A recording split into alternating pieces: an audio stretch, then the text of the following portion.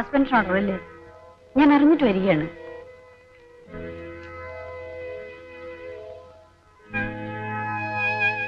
രാഷ്ട്രീയക്കാർ ഇടപെട്ടതാണ്. നീ സമാധാനിക്കൂ. എൻക്വയറി വരുമല്ലോ. എന്റെ ജീവിതം നശിച്ചു സുമിത്രേ. തന്റെ ഇടമായിരിക്കണം. എൻക്വയറിക്ക് പുറമെ പ്രോസിക്യൂഷൻ നടപടി ഉണ്ടാവും. പക്ഷേ സത്യവും നീതിയും നിന്റെ ഭാഗത്താണ്. എനിക്ക് ഡ്യൂട്ടിയുണ്ട്. വൈകിട്ട് വീട്ടിൽ വന്ന് കാണാം.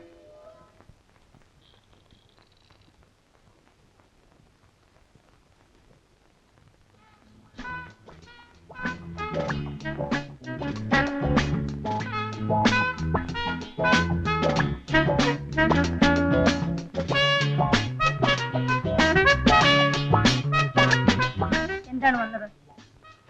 ഡോക്ടറെ സസ്പെൻഡ് ചെയ്തത് ഞങ്ങൾ അറിഞ്ഞു. അമ്മാവനോ ഞാനോ അതിന് ഉത്തരവാദിയല്ല. ആരാണ് ഉത്തരവാദിയെന്ന് ഞാൻ ചോദിച്ചില്ല. ഡോക്ടറുടെ പേരിൽ കേസ് കൊടുക്കാൻ ഞങ്ങളെ നിർബന്ധിക്കുന്നു. ഗവൺമെന്റ് കേസെടുത്താൽ കക്ഷി കയറണമെന്നും പറയുന്നു. ആയിക്കോളൂ. അമ്മാവൻ ഡോക്ടറെ വിട്ടൊന്നും ചെയ്യുകയില്ല. അമ്മാവനെ ഡോക്ടർ ഒന്ന് സഹായിക്കണം. രൂപ തരണമെന്നാണോ? മറ്റാരും വരാനാ? അമ്മാവന് ശരീരസുഖമില്ല. ചികിത്സയ്ക്ക് രൂപ വേണം. വീട്ടുകാരോ നടക്കണം. 2000 രൂപ ഇല്ലാതെ ഒരു കാര്യവും നടക്കില്ല. ഇനി ഞാനൊരു പൈസ തരികില്ല. എടാ, അവരെ രക്ഷപ്പെടുത്താന്ന് വിചാരിക്കുമ്പം വേണ്ടെന്ന് പറഞ്ഞാൽ വേണ്ട. ഇത് കൊലക്കേസാണ്. മരിച്ച പെണ്ണിന്റെ തന്തയുടെ മൊഴിയാണ് പ്രധാനം. വേറെ 2000 രൂപ വയ്ക്കുന്നുള്ളൂ. അത് തരാൻ മനസ്സില്ലെങ്കിലേ ഞങ്ങൾ ഡോക്ടർക്കെതിരെ മൊഴി കൊടുക്കും. ഒന്നേ ഞാൻ ഇപ്പൊ വരാം.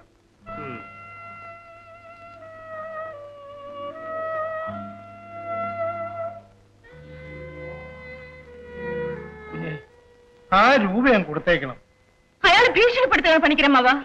എന്തുവാകട്ടെ, സർക്കാർ വരെ കുഞ്ഞിനെതിരായില്ലേ? ഇനി ആ പെണ്ണിന്റെ തന്ത കൂടെ എതിരായാലോ?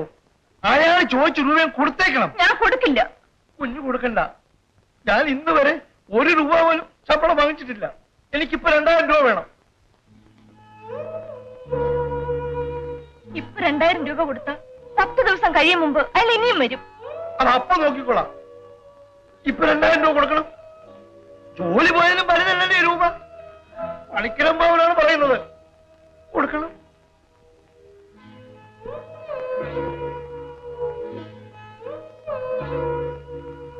കൊടുക്കണം.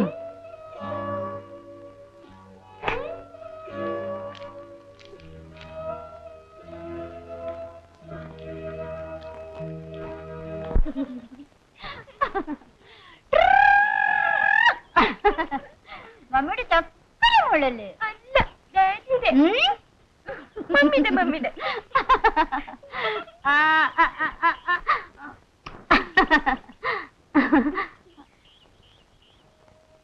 ബാല, എന്താ അവിടെ നിന്ന് കളഞ്ഞത്? ഇനി വരൂ മോളെ. ഡാഡി എടുത്തിട്ട് കളിച്ചോളൂ.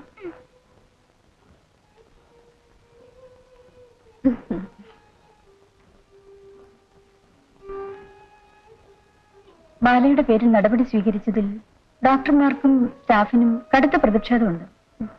അതുകൊണ്ട് എന്ത് പ്രയോജനം? ഇവിടെ ജനാധിപത്യം വാഴ്ച നടത്തുകയല്ലേ. പോസ്റ്റ്മോർട്ടം നടത്താതെ ഡെഡ് ബോഡി കൊടുത്തതാണ് അബദ്ധമായത്. പറ്റിപ്പോയില്ലേ? ഡിപ്പാർട്ട്മെന്റിൽ എൻക്വയറി ബാലയ്ക്ക് അനുകൂലമായിരിക്കും. എനിക്ക് അതും വിശ്വാസമില്ല. എന്നെ സ്വൈരമായി ജീവിക്കാൻ അനുവദിച്ചാൽ മതിയായിരുന്നു. എങ്ങനെ പറയുന്നത്? വീട്ടിലൊരു സ്വൈരവുമില്ല. സുഭയുടെ വീട്ടുകാരായാലും സഹതാപം പറയാനും ഭീഷണിപ്പെടുത്താനും വരുന്ന നാട്ടുകാരായാലും കൂടെ കൂടെ എന്നെ ശല്യപ്പെടുത്തുകയാണ്. കുറെ ദിവസത്തേക്ക് ഞാനിവിടെ താമസിക്കാൻ സുമിത്രേ. അത് വേണ്ട ബാലേ. ഓ, ഡിപ്പാർട്ട്മെന്റ് നടപടി എടുത്തിരിക്കുന്ന ഒരുവളെ കൂടെ താമസിപ്പിക്കുന്നതിൽ വിഷമമുണ്ടല്ലേ? ഞാനത് ഓർത്തില്ല. നീ തെറ്റിദ്ധരിക്കരുത്. എന്റെ ജോലി പോയാലും നിന്നെ കൂടെ താമസിപ്പിക്കുന്നതിൽ എനിക്ക് വിഷമമില്ല. പക്ഷേ ഞാൻ എന്റെ ഭർത്താവിനെ പറ്റി ചിലത് പറഞ്ഞിട്ടുണ്ടല്ലോ. ഞാനിവിടെ അടുക്കളക്കാരികളെ പോലും നിർത്താറില്ല. എന്നെ വിശ്വാസമില്ലേ? ബാല എനിക്ക് വിശ്വാസമാണ്. എന്റെ ഭർത്താവിന് ഒട്ടും വിശ്വാസമില്ല. നിന്നോട് മര്യാദ കെട്ട ഒരു പെരുമാറ്റം ഉണ്ടായാൽ പോലും എനിക്കത് സഹിക്കില്ല. എന്നെ തെറ്റിദ്ധരിക്കരുത്. എന്റെ കാലഘട്ടനെ പറ്റി മാത്രമേ ഞാൻ ഓർക്കുന്നുള്ളൂ. എന്റെ സഹോദരൻ എന്നെ ജീവന് തുല്യ സ്നേഹമാണ്. അവൻ എന്നെ ഏൽപ്പിച്ചിട്ട് പോയത് ഒരു കുരിശാണ്. എനിക്ക് ബാലേ ഇന്ന് തന്നെ നാട്ടിൽ വരെ പോണം. നമ്പ്യാർ സാറിനെ കണ്ട് വിവരങ്ങൾ പറയണം. ഏതായാലും ബാല ഇപ്പൊ ഇങ്ങോട്ട് താമസം മാറ്റണ്ട. എനിക്കവിടെ ഒരു സ്വൈരവുമില്ല സാർ. ധൈര്യം വിടരുത്. അന്വേഷണവും കേസുമൊക്കെ വരട്ടെ. നമുക്കൊരു നല്ല വക്കീലിനെ ഏർപ്പാട് ചെയ്യാം. ഞാൻ കൂടി കുറച്ചു ദിവസം അവിടെ വന്ന് താമസിക്കാം. അതാണ് ചാ നല്ലത്. ഇവിടെ പ്രിയ തനിച്ച് ആ സാരമില്ലേ ചേച്ചി. അടുത്ത വീട്ടിൽ ഒരു പ്രായമായ അമ്മയുണ്ട്. അവരിടോന്ന് കിടക്കും. തിലകനെ വിവരമറിയിക്കും. അത് വേണോ? വേണം. തിലകന് മാത്രം ഒരു തെറ്റിദ്ധാരണയും വരരുത്. ഞാൻ പറയുന്നതിന്റെ അർത്ഥം മനസ്സിലാകുന്നുണ്ടല്ലോ. മറ്റെന്തു വന്നാലും നമുക്ക് നേരിടാം. സാറ് പറയും പോലെ. നാളെ തന്നെ ബാല പോയിക്കോളൂ. ഇവിടെ ചില കാര്യങ്ങളൊക്കെ ചെയ്തു തീർക്കാനുണ്ട്.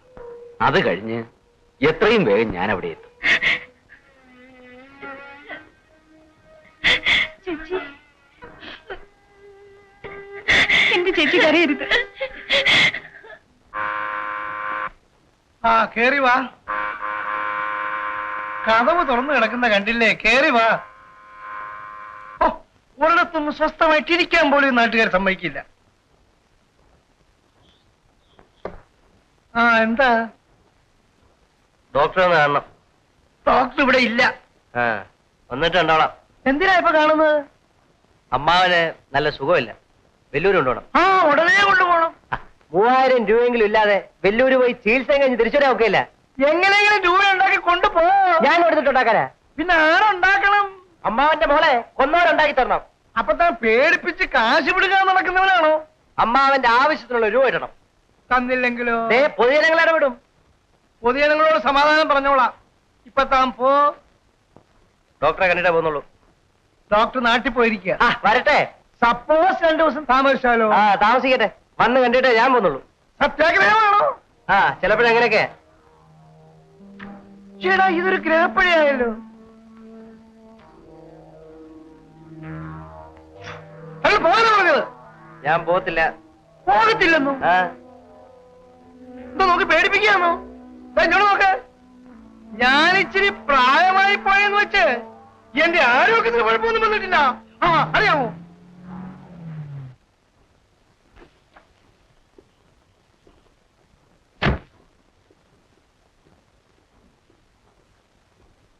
ഡോക്ടർ ബാലാദേവി ഒന്ന് കാണും. നാട്ടിൽ പോയിരിക്കുക. ആ രാമു അല്ലേ അത്? അതെ. അവൻ എന്തിനാ ഇവിടെ വന്നേ? കുഞ്ഞിനെ ഭയപ്പെടുത്തി രൂപ വാങ്ങിക്കാൻ. ഇപ്പൊ പല പ്രാവശ്യമായി. പിന്നെ വന്നിരിക്കുക. കുഞ്ഞിവിടെ പോ എന്ന് പറഞ്ഞിട്ട് പോകുന്നില്ലെന്നേ. പതിനെട്ട് ശല്യമായിരിക്കുക. ആ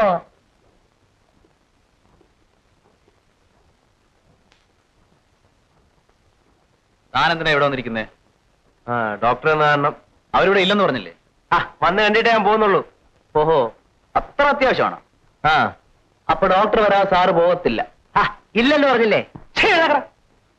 ഇറങ്ങണ പുറത്ത്. ഇറങ്ങിപ്പോൻ പറയാൻ താനാരാ? ഇറങ്ങിപ്പോയില്ലെങ്കിൽ ഞാൻ ആരാണെന്ന് നിനക്ക് മനസ്സിലാവും. രാമുവിനെ ഇറക്കടാ. നീ പറഞ്ഞിട്ടുണ്ടാ ഈ വളർച്ച പോരെടാ.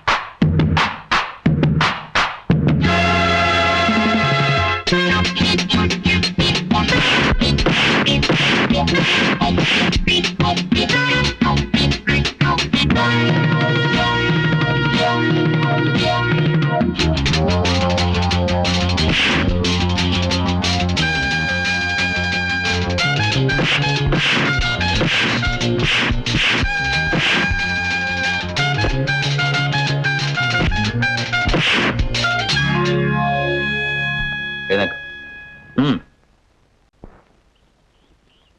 ഇനി പോയിക്കോ.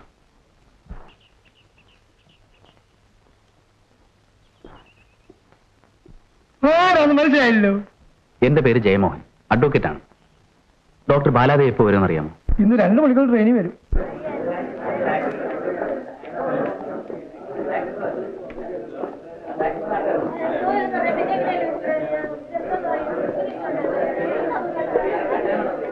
ബാലെ, വളരെ ഗൗരവമുള്ളൊരു കാര്യം പറയാനുണ്ട്. എന്റെ കൂടെ കാറിലേക്ക് വരാമോ? ഇല്ല.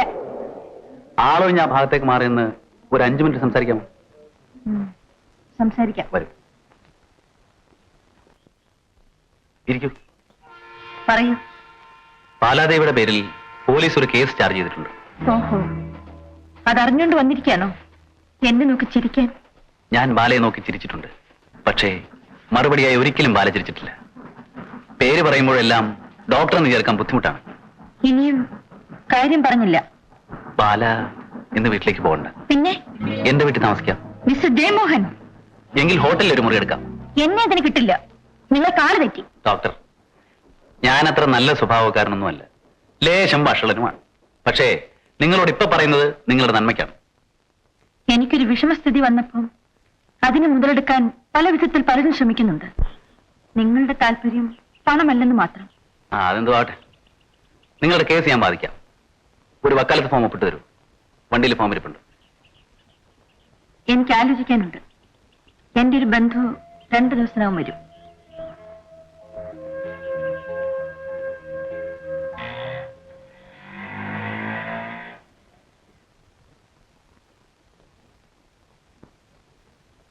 ഇതാ.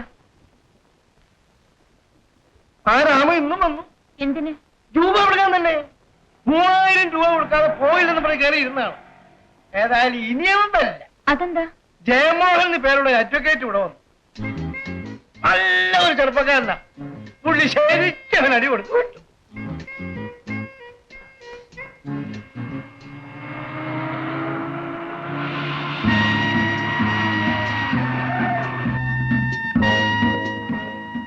ഡോക്ടർ ബാലാദേവി അല്ലേ? അതെ. നിങ്ങളെ അറസ്റ്റ് ചെയ്യാനാണ് വന്നത്. വരികയല്ലേ?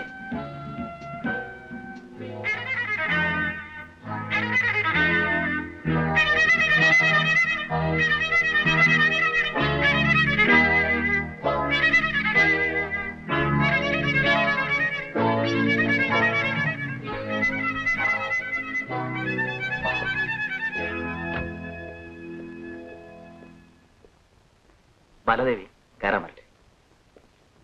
ഹലോ വക്കീൽ സാർ. അല്ല, സംഭവം മനസ്സിലായി. സെക്ഷൻ 304A അല്ലേ ഒഫൻസ്? 302 ഇടാൻ ചില സമ്മർദ്ദം ചെലുത്തി. പക്ഷെ ഞങ്ങൾ 304A ഇട്ടിട്ടുള്ളൂ. അപ്പോ ബെയിലബിൾ ആണല്ലോ? അതെ. എന്റെ ജാമ്യം പോരെ? ധാരാളം. അപ്പോ ഞങ്ങൾ സ്റ്റേഷനിലേക്ക് വരാം. ശരി, വരട്ടെ. ഞാൻ വണ്ടി മാറ്റി തരാം. ഓക്കെ.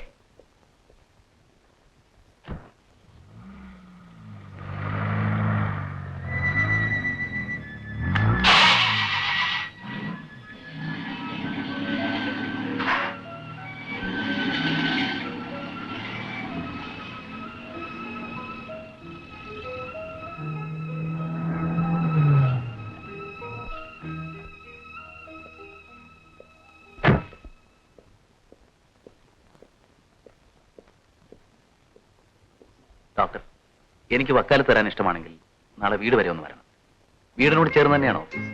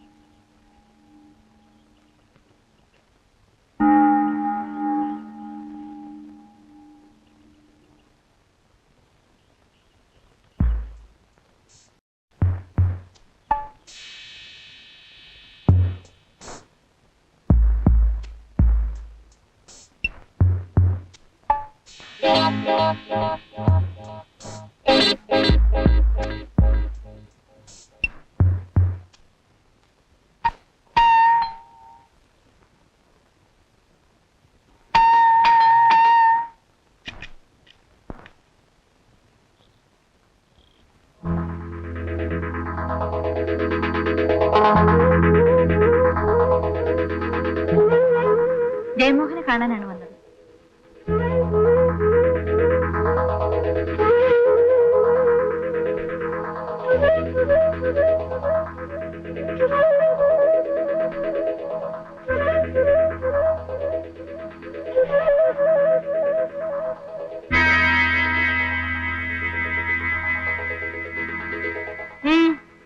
എന്തിനാ ഇവിടെ വന്നത്?